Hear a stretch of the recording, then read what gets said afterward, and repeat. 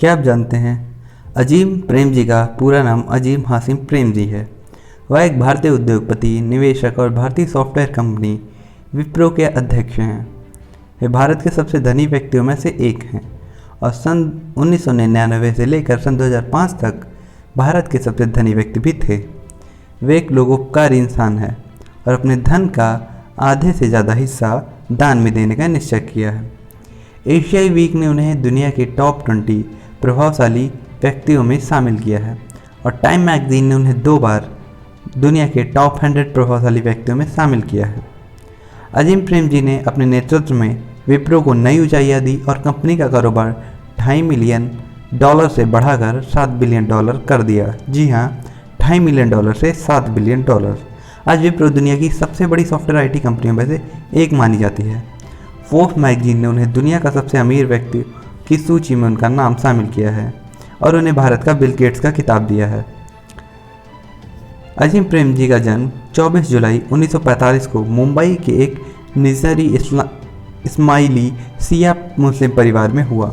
इनके पूर्वज मुख्यतः कच्छ, गुजरात के निवासी थे। उनके पिता एक प्रसिद्ध व्यवसायी थे और राइस किंग ऑफ बर्मा के नाम से जाने जाते थे। विभाजन के बाद मोहम्मद अली जिन्ना ने उनके पिता को पाकिस्तान आने का न्योता दिया था, पर उन्होंने इसे ठुकराकर भारत में ही रहने का फैसला किया। सन 1945 में अजीम प्रेमजी के पिता मोहम्मद हाशिम प्रेमजी ने महाराष्ट्र के जलगांव जिले में western Indian vegetable products limited की स्थापना की। यह कंपनी सनफ्लावर वनस्पति और कपड़े धोने के साबुन 787 का निर्माण करती थी।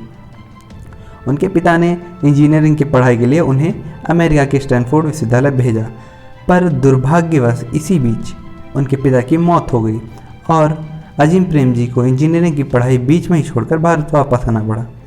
उस समय उनकी उम्र मात्र 21 साल थी। भारत वापस आकर उन्होंने कंपनी का कारोबार संभाला और इसका विस्तार दूसरे क्षेत्रों में भी किया। सन 1980 के दशक में युवा व्यवसायी अजीम प्रेमजी ने उभरते हुए इंफॉर्मेशन टेक्नोलॉजी के महत्व और अवसर को पहचानने और कंपनी का नाम बदल के विप्रो कर दिया। IBM के निष्कासन से देश के IT क्षेत्र में खालीपन सा आ गया था, जिसका फ़ायदा प्रेमजी ने भरपूर उठाया। उन्होंने अमेरिका के सेंटिनल कंप्यूटर कॉरपोरेशन के साथ मिलकर एक मिनी कंप्यूटर बनाने का प्रबंध किया। इस प्रकार उन्होंने साबुन के स्थान पर IT क्षेत्र पर ध्यान केंद्रित किया और इस क्षेत्र में एक प्रतिष्ठित कंपनी बनकर उभरे। आइए जानते हैं अजीम प्रेमजी के लोककारी कार्य। सन 2001 में अजीम प्रेमजी ने अपने खुद के नाम से अजीम प्रेमजी फाउंडेशन की स्थापना की। यह एक गैर लाभकारी संगठन है जिसका लक्ष्य है गुणवत्ता युक्त सार्वभौमिक शिक्षा को एक न्याय संगत, निष्पक्ष और मानवीय समाज की स्थापना में मददगार हो। यह फाउंडेशन भारत में लगभग 13 लाख सरकारी स्कूलों में प्राथमिक शिक्षा के क्षेत्र में प्रगति के लिए काम करता है।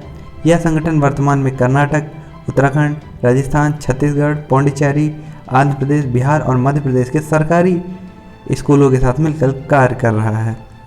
सन 2010 में अजीम प्रेमजी ने देश में स्कूली शिक्षा में सुधार के लिए लगभग $2 अरब का दान दिया था। भारत में यह अपनी तरह का सबसे बड़ा दान है।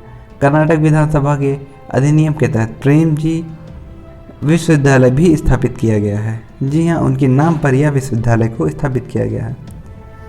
The giving place Warren Buffett और बिल गेट्स द्वारा प्रारंभ किया गया द गिविंग प्लेस एक ऐसा अभियान है जो दुनिया के सबसे धनी व्यक्तियों को अपनी अकूत संपत्ति का ज़्यादातर भाग समाज के हित और परोपकार के लिए दान करने के लिए प्रोत्साहित करता है।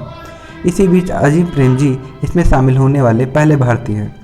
रिचर्ड ब्रैनसन और डेविड सैम्सबरी के बाद वे तीसरे गैर अमेरिकी व्यक्ति हैं। सन 2013 में उन्होंने इस बात का खुलासा किया कि उन्होंने अपनी कुल संपत्ति का लगभग 25% दान में दे दिया है और 25% अगले 5 सालों में करेंगे। आइए बात करते हैं उनके पुरस्कार और सम्मानों के बारे में। बिजनेस वीक द्वारा प्रेमजी को महानतम उद्यमियों में से एक कहा गया है। सन 2000 में मणिपाल अकादमी ने उन्हें डॉक्टरेट की मानद उपाधि से सम्मानित किया। सन 2005 में भारत सरकार ने उन्हें पद्म भूषण से सम्मानित किया।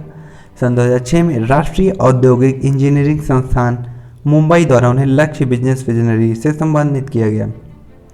सन 2009 में उन्हें कनेक्टिकट स्थित मिडिल टाउन के वेस्लेयन विश्वविद्यालय द्वारा अनेक उत्कृष्ट लोकोपकारी कार्यों के लिए डॉक्टरेट में मानद उपाधि से सम्मानित किया गया।